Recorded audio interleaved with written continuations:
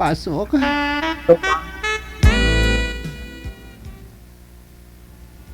Hello, ma'am. Yes, sir. Kamusta? Kung ma-beauty pa rin. Mm. Saan ka ba nagtrabaho? Kung beauty pa naman daw, ma'am. Sa Saudi. Saudi? Po, Ah, ikaw. Saudi din po ako. Parang inisip mo pa eh. Saan ka sa Saudi? Dito sa Buraida. Ay, malayo ako sa iyo. Dito ako sa Alasa ko po. Lasa. Malapit na yun 2 hours lang. Buraida, hindi ko alam yan. Kasi hindi ako gala eh. Bahay lang Familiar, ako. familiar kami sa Riyadh. Malayo. Ilang taong ka na dito sa Saudi, madam? Ilang taon na ako dito? Po. 7 years. Ganun ba? Buti ka pa, 7 years ako. 12 years pa lang. Ayos Ilang taong ka na, madam? 45 na ako. 45.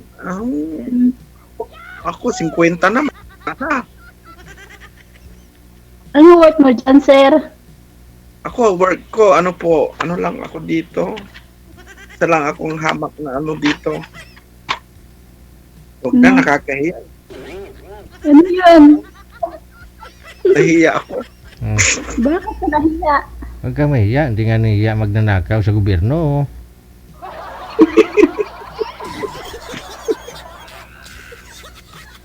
Ano lang ako Hindi dito. ako nahiya. Ikatulong lang ako rito Janitor lang ako. Janitor ka ba? Malaking sahod yun Oo. Sana all. Hindi naman. Sigil daw. Tutulog lang daw, sir. Baka may bakante pa dyan, ma'am. Bakit, sir? Sabi mo, trabaho mo, natutulog lang. Oo. Baka may bakante pa. Apply kami. Katulong, sir. Katulong. Akala ko natutulog. Sus, maluoy ka. Pasensya na, hindi ako nangulangot sa tainga ko.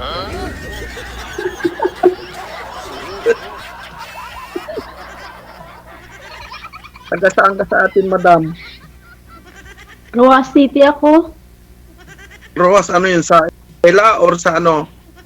Kapis. Roas Capiz. Ay, Kapis. Yun, linawin mo, kumpletuhin mo, madam, kasi may Roas sa Isabela, may Roas sa ano, ang daming Roas. May Ruha Street. Mindoro. Kapis. Oh, may Roas din pero. Ay, kumpletuhin mo, madam, kaya nabibigla ako sa iyo eh. Sorry. Ilan anak mo? 4. Baog ka pala, madam. Ikaw, sir. 10. 10. Oo. Dami naman. Eh, yun, pinalad kasi ako sa anak eh. Mayaman ako sa anak. Okay. Nasaan yung ex, no? Hindi ko na alam. Nasa bahay nila. Ilang years ka na nahiwalay? Tagal na. 12 years. Or 13 years. Hindi ko na alam kung ilang taon na yun. Kasi ano eh. So, yun. Puro dalaga na anak ko. Panganay ko may trabaho na. Ikaw, ilang taon na yung panganay mo? 23. May asawa na? Sa akin, wala pa nag-aasawa sa awa ng Diyos. 20... Dalawa na yung may asawa sa akin. Yung pangalawa at saka panganay. Anong trabaho ng asawa mo? Hindi ko alam Hindi mo alam. Bakit? Uy. Para tayo hindi natin alam. May Alam, may tawag ka.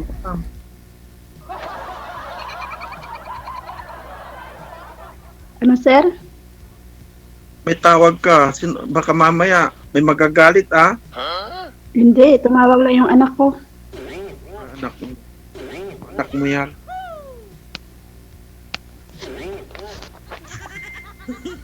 Mabait ba amo mo? Bait naman. yung mga mudir namin, mabait pagtulog eh. Bakit walang busis? Kasi may tumawag. Wala nang Mayroon yan nga lang, mahina na kasi may tumawag po sa'yo, ma'am. I-cancel nyo po Oo. muna, ma'am. I-cancel nyo tapos join ka lang ulit para okay na yung audio. Okay po. Oh, cancel mo muna. Yan. Join ka na, ma'am.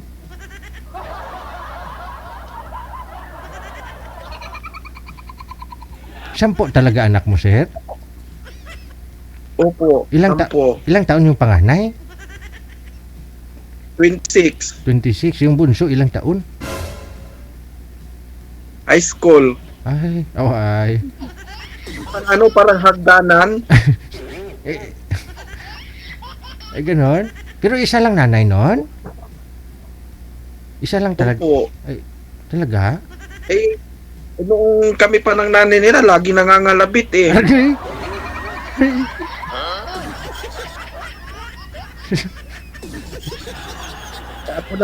Ako naman, hindi naman ako nagpapagipot. Siyempre, asawa ko, siyempre, pinagbibigyan ko, nagpapaubaya ako. Argoy. Hindi, boss. Taon-taon siguro, no? May gap naman. Isang taon siguro, May gap naman. Kasi ako ay 50 na. 50 ka na. Noong last na anak namin, yun, malabuan na kami. Wala. Sa pang-sampo. Oo nga eh. Nagkamalabuan na. Talaga? Grabe, ano? Nagkalabuan kayo dahil Aywan ko ba? Hindi maintindihan yung pride. pero nasa abroad ka na that time? Ay, hindi pa naman. Nasa abroad na.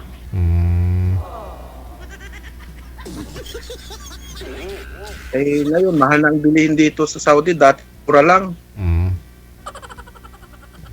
Ganun talaga, sir. Buong mundo to eh. Kahit dito sa Pinas. Oo.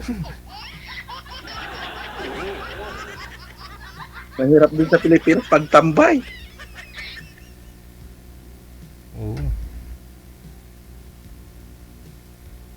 Kayo ma'am, nakapunta ako ng kung sa inyo sa Rojas, Rojas, sa inyo yung mga seafoods, di ba?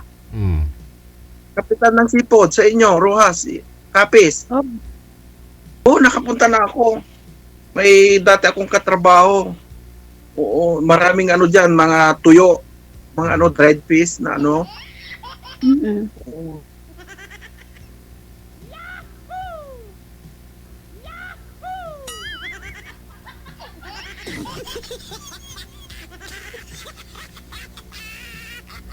Pag magkatuluyan kayo, sir, doon ka na. Lagi ka na makakain ng tuyo. Tayo? Masagot eh. Oo nga, hindi. Parang tulala ka, Matutulog ma'am. na tayo. Ha? Sabi ko matutulog na tayo, hindi ka nagsasalita eh. Bakit ano ba tinatanong mo sa akin? Sabi ko maraming tuyo sa inyo. Oo nga. Oo. Malapit kayo sa dagat. Oo. Nakapunta na ako doon. Kasi gala ako pag na Pilipinas ako, punta ako ng Bacolod. Tapos pagkatapos ng Bacolod, sumakay ako ng pambot, pumunta ako ng Iloilo. Mga na 25 minutes. O yung speedboat. Tapos nagsawa ako sa Iloilo, pumunta ako na yung dating kasama ko sa trabaho, pumunta ako ng Rojas. Ilonggo ka, madam. Bisaya. Ay, Taray Bisaya. O yung halo-halo yun, Bisaya, Ilonggo din yun. Mm-mm. Iligay nun, Bisaya nun. Di ba, yung sa inyo, totoo ba yung yung aswang doon sa inyo? Hindi ko alam kasi hindi ko pa nakita. Sabi lang. Sabi-sabi lang din na nila doon nung pumunta ako.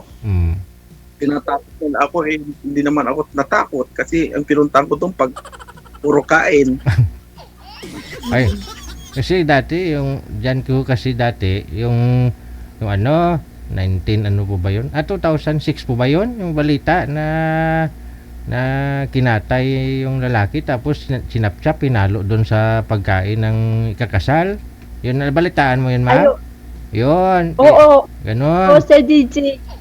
Nasa ano pa ako noon eh. Nasa Iloilo. Oo. Oo. Kaya nabansagan yan. Bumulabog yun sa buong Pilipinas. Oo, kasi yung inaya yung kinatay, pinugot yung ulo. Oo. Kasi parang sinayaw yata yung babae, yung ikakasal. Parang nabastusan yung tatay. No? Kaya dinukot nila tapos chap-chap doon. Oh, hinalo doon sa pagkain ng ano ng mga kumain sa kasal. Ay, Kaya nabansagan tuloy ang kapis nga muna. gani. Kaya diskarte daw doon pag pumunta ka sir sa ibang lugar sir. Dala kang magbaon ka ng kalamansi sir, sabi ng lulo ko. Tapos pigaan mo muna sir yung kakainin mo lalo pat malamig. Yan, pag malamig daw yan sir, pagdaliri ng tao yan. Lilitaw talaga yan sir. Oo. Ako, nung pumunta ko doon, nagdala ko ng maraming bawang. Kasi sabi nila, asong sa bawang. DJ, bakit hindi ka namin nakikita? Ay, hindi ako nakikita. Invisible na ako. Basi aswang ako. Ay! Kami lang dalawa. Bakit ikaw hindi ka nakasali, DJ? Dito lang ako Tinatayuan kasi ako ng ano ng ano natin, ng usapan. Ano ba yung sinasabi mo, madam? Tinatayo- DJ, hindi G. Ginawa mo namang galunggong ko, sir. Gigi. DJ! DJ, hindi DJ. Yung Gigi galunggong. Pwede naman. Oh, galunggong na tawag niyo sa akin. Akala yung sinabi niya, GG, dapat DJ. Oh, hindi GG, ang Gigi galunggong. May isa pa yun, yung GEGO, pag sinabi mong GG.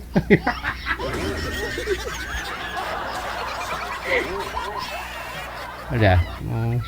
Kinakalibutan na ano ba ko na tinatayuan kasi ako sa usapan natin tungkol sa aswang.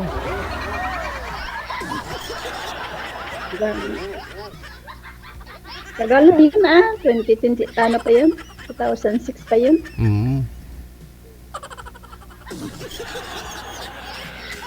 Ano ka, malapit ka lang sa 2 hours. Ilang biyahe sa inyo, ano nyo? Sa inyo dyan, dito sa Lasa? Burayda ka. Oh, papunta nga dyan. Sa kalagitnaan ng Riyadh yun sa Burayda Oo, malapit kami sa airport ng Burayda. Na airport yun sa Burayda, yung sa ano. Oo. Kasi Alam ko, dito, pang domestic lang yan, yung airport na malit na airport. Domestic.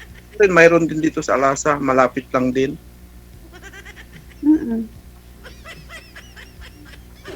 Mabuti naman, mabait ang amo mo. Karamihan dito sa Saudi, ang amo nila, hindi pinapakain yung katulong. paswerte nga lang dito pag katulong talaga. Oo, yung nila dito, yung Indomie Life, yung Indomie, yun ang kinabubuhay ng makatulong dito Oo. Oo naman. Katabi ko dito, 5 years na silang hindi umuwi sa pamilya nila. Alam mo ang buwan-buwan, isang buwan, Indomie, isang kahon binibili nila, 3 Pilipina. Oo. Sabi naman. Sabi nila, matama daw sa, katawan yung, mga Indomie, mga kanton. Buhay pa naman sila. Pero marami. Oh, may admin pa ako diyan dati, sir, diyan sa Saudi na rin. 2018, no, kung di ako magkamali, si Miss Vic Corpus, no, namatay ho yun dahil sa Indomie. Opo, nagka-kidney failure, sir, nagda-dialysis yun Pero kinuha ho talaga siya, no? Ang nagka-dialysis siguro, sir, mahilig sa soft drinks. Kasi dito ang soft drinks madami, mura lang. Oo. Oo. Sorry, Kasi ang baka magpartner yan, di ba? Yung Indomie tsaka soft drinks, masarap ang soft drinks, lalo pat yung mga noodles yung kinakain. Kaya siguro. Dito, hindi ako umiinom ng soft drinks. Oh. Ang soft drinks ko dito, litro, 2.5 litros, pinalilinis ko lang ng CR, tsaka lababo. Oo. Panlinis yan. Kita mo, madumi nga sa CR sa kalababo, nalinis. Bituka mo pa kaya? Yes, hindi ko iniinom kasi kung iinumin ko baka magkasakit ako, 50 na ako. Hmm. Hindi ko iniinom. Masarap lang Hindi ako talaga. mahilig. Oo, masarap lang talaga inumin, ha? Oo, nga lang, siyempre, alam mo na epekto. Kidney. Tubi palo, kidney at saka diabetes. Tama. Mhm. Kaya wala, yung mga nagtataka sila sa akin bakit hindi ako wala akong diabetes, wala ako kumakain ako dito, nagluluto ako mga pagkain Pilipino. May tanim akong kamuti dito. Saka malunggay. Oo. Sabi nila, butit nakabuhay ka. Sabi, siyempre, Pilipino tayo. Alam natin yung gagawin natin. Oo. Diskarte na lang yan para mabuhay dito. Oo. Daming yung mga Pilipinong dumadaan dito sa bahay ko. Pahingi ng kamuti, sige, kuha ka lang. Ako, yung kamuti ko, hindi ko pa natitikman. Nauna yung mga tao kay sa akin. Pag akong kukuha, wala nang talbos. Kasi nabenta kasi ang dito kamote. Filipino food kasi yan. Pinamimigay ko lang kasi kawawa naman sila. Malunggay ko na nakalbo. Pag wala akong ginagawa, nagtatanim-tanim ako kasi may sarap ng bahay ko, may space na lupa. Naluan ko ng Ibig sabihin, sir, stay ka na pala dyan dito sa Saudi? Stay ka na dito? Stay ako. Kahit kung ako uwi, 5 years na ako hindi umuwi. Ah. Kasi nagpapaaral tayo mga anak. Siyempre kailangan.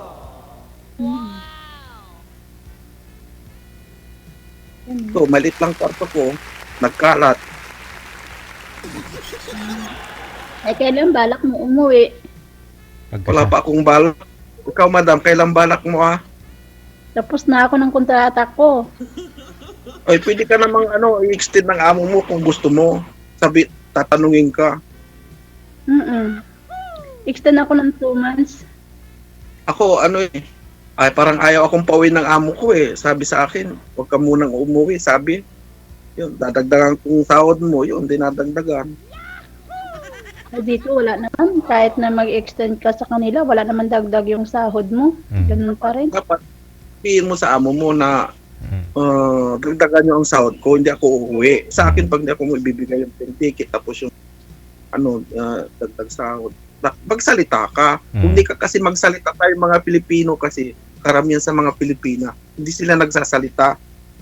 So, yung mga dito sa kapitbahay ko, tinuturuan ko. Ngayon, sabi ko, lumaban kayo pag nasa tama. Sumagot kayo pag sa tama. Yung yung pagkasalanan nyo, huwag kayong sasagot kasi kasalanan nyo, wala kayong doon laban. O ngayon, yung amo nila, pag sinasabi nila, pag ayaw na sa amin, bawin nyo na kami. Dito nga, yung kasamahan ko nga dito, gimaltrato nga ng amo. Sinasaktan siya. Dapat may Tumawag kontak kami kayo sa pulo. Dapat may kontak kayo. Kasi karamihan dito nga, may nirip din dito sa sa bandari, sa dito lugar ko, Pilipinas. Tagal na rin, 5 years. Kaya ang hirap. Bihira kang makabait na amo, very lucky ka kung mabait amo mo. Kaya, ito nga, swerte nga lang ako kasi mabait siya So, yung Sarili akong dito. Sarili ako pag-alagala, pag noong bago pa lang ako dito. Yun, punta ng beach, punta ng tuwing Friday day off ko. Hirap na pakatulong, walang day off Kami, wala naman kaming day off. Dito lang kami sa bahay. Isa ka lang na katulong, madam. Ako, yung dito kapitbahay ko, 3 Pilipina, tapos 1 Uganda, malaking bahay, mayaman. Yung amo nila, naging galit. Tinuruan ko sila na lumaban. Ngayon, yung amo nila bumait. Sabi ko, huwag kayong patatalo kung alam nyo nasa tama kayo. Huwag kayong lalaban ng sasagot ng hindi wala kayo sa tama. Ngayon, yung amo niya laging nagmumura. Ngayon, okay na. Bait naman na. Bumait. Matagal na rin sila. Kaya lang, sa pagkain, hindi sila masyadong kumakain ng kanin kasi yung amo nila nagluluto isang beses isang araw. Tapos yung luto nila, yung araw, hindi sila kumakain ng pagkain ng Saudi. Yung Indomie life, puro Indomie araw-araw. Masarap naman yung pagkain ng amo.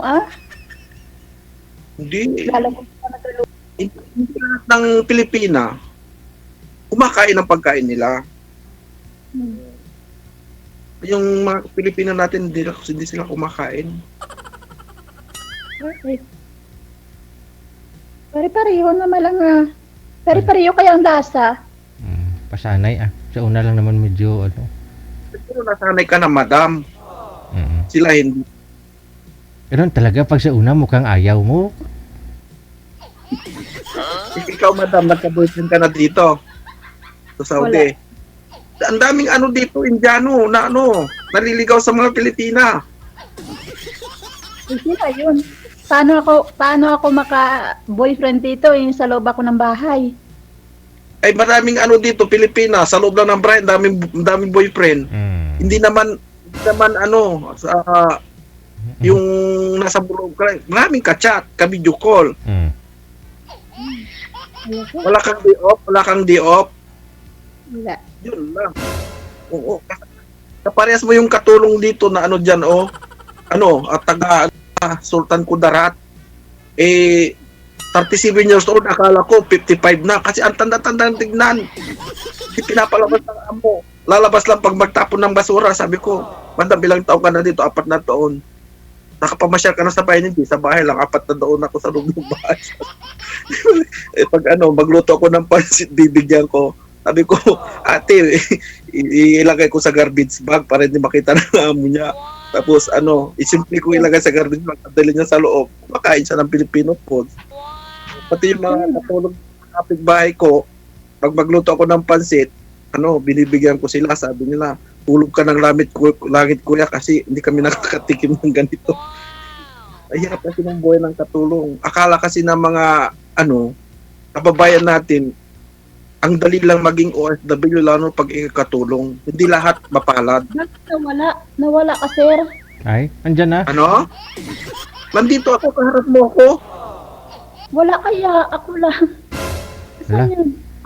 Ayan. Maligno na tayo. Ayan na. Aswang na.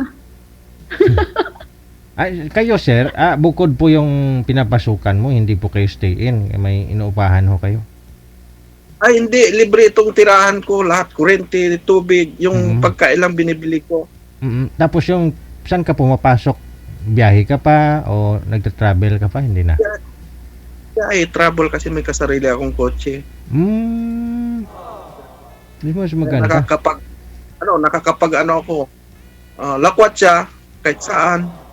Ano po yung permit ninyo dyan, sir? Yung sa trabaho mo, working permit, visa po ba ninyo? Anong visa ninyo? Working visa. Pero, Working visa.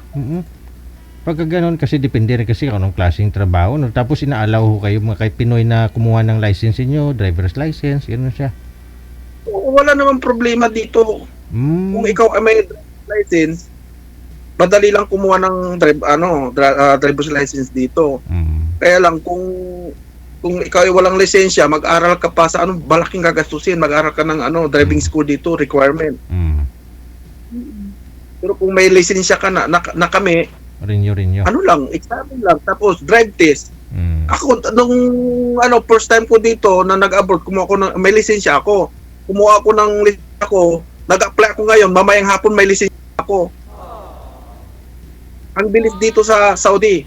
Ang exam dito, computer, 1 to 21. Tatlong pagkakamali, failed na kaagad. Yung computer, sasabihin niya, failed na.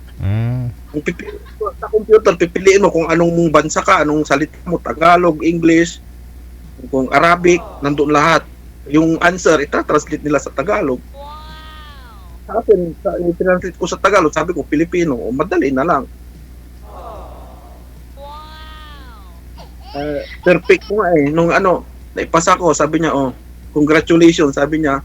Yun, kapag katapos ng exam, pumunta ako ng sa harap. Inintay ko yung license ko. 5 minutes, mayroon na kaagad. Ang bilis. Bilis dito sa abroad. Nag-apply ako ng sa una medical, nagpamedical ako dito sa alas 8. Tapos alas 9 kasi saglit na yung medical, alas 9 punta ako ng parang LTO dito. Yun, sinubmit ko yung medical ko, tapos binigyan nila ako ng reviewer para sa exam. Yun, nag-review ako. After 1 hour, exam kagad.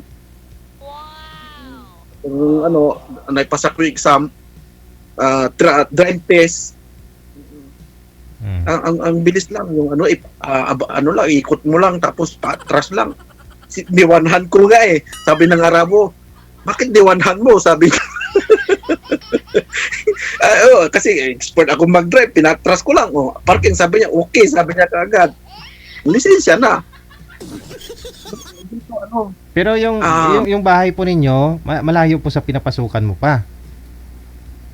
Sir, mga 5 kilometro. Oo. Bali yung pasok mo 8 hours lang siya, no? Kuminsan 6 hours. Di pare-parehas. Hindi mo tawhay, madali, no? Panggabi ako. Pumasok ako kuminsan alas 5, alas 6. Minsan alas 7. Pag tinamad alas 7, di pare-parehas. Hawak mo yung oras mo. Kasi janitor kayo. Kaya dito, ang hirap dito, kaya sa mga ibang bansa kasi kuminsan nagtuturis ako punta ako nabili ako ng visa, punta ako ng Kuwait, drive ako. Malapit lang sa akin Qatar. 1 oras Qatar na. Parin, malapit din, 2.5 hours or 3 hours, depende sa takbo. Kala ako dito, mura lang naman yung visa. Mura lang, 100 real. Mura ba yon? Sa atin, magkano na yon? Plus, mga 1.4 plus. Mura lang. Kasi pag nasa abroad ka, parang mura lang. Pero pag nasa Pilipinas ka, ang hirap, pag wala kang trabaho, kitain ang pera. Pero pag nandito ka sa abroad, okay lang naman. Kasi ako, kuminsan nagsasadline ako, pumapasada ako tuwing Friday. Kumikita din ako. Pag sinipag, puro Pilipino lang. Ibig sabihin, may taxi ka talaga. Hindi ako nagtataksi, sideline lang. Kasi kung ikaw ay hindi ka mag-sideline, andun ka sa sahod mo, nandun ka lang. Wala kang source of income, wala kang another of income. Nag-rent a car. Kung ano yung sahod mo, kontakin ka lang. 1.5, hanggang doon ka lang sa 1.5. Siyempre ikaw ay katulong, nandiyan lang sa bahay, hanggang dan ka lang. Ang source of income mo, kung mag-online seller ka, yun lang. Yung mga ginagawa na mga katulong dito, mga online, in global. Dami kasing nai-scam na Pilipina kasi ganyan. Ito. Oo. Dami nag-aano sa akin dito, mga online seller. Sabi ko, wala akong time. Yayaman ka, sabi sa akin. Wala kang ginagawa, nako, di ikaw, mayaman ka na ba? Nakabili ka na ba ng kotse mo? Hindi siya nakaimik.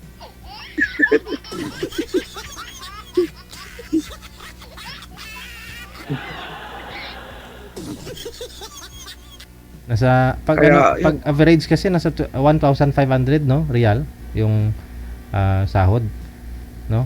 And then ngayon depende ang ngayon, tumaas ngayon 1.7. Minimum na 'yon. Ang dami kasing hindi na sinusunod sa kontrata. Kasi may amo mo, mga Arabo, kuminsan mga Arabo, hindi nila sinusunod yung nasa kontrata. Yung nakalagay doon na sa kontrata may day-off, pagdating mo dito wala kang day-off. Yung iba nga dito, ang applyan nila katulong, pagdating doon sa amo nila, cleaners pinaglilinis sila sa labas, cleaner. Oo. Yung iba, yung nila, yung ID nila katulong. Pero ang trabaho nila salon. Ano yan?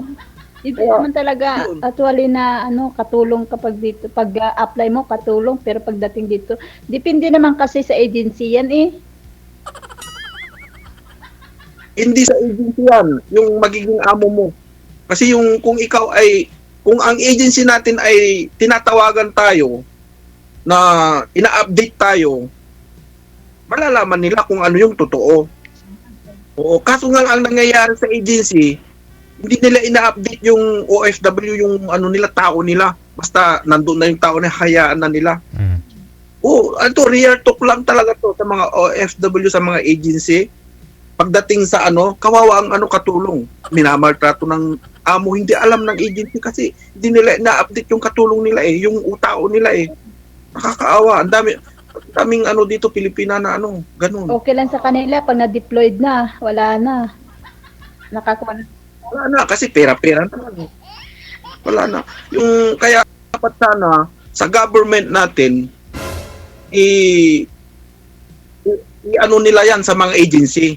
Kaso nga lang ang agency, kahit na nasa ng government natin, hindi tinutupad ng agency. Dapat yang ang agency, sa government natin, may minumonitor nila ang agency. Pinapasyalan nila, inaalam nila, may update sa government. Kaso ang government natin puro tulog-tulog sa pansitan din kuminsan Oo. Yung pag may nagreklamo lang, saka lang aaksyonan. Kung walang nagreklamo, wala. Oo. Ang daming mapalad lang tayo kasi nasa mabuti tayong kalagayan, amo. Oo.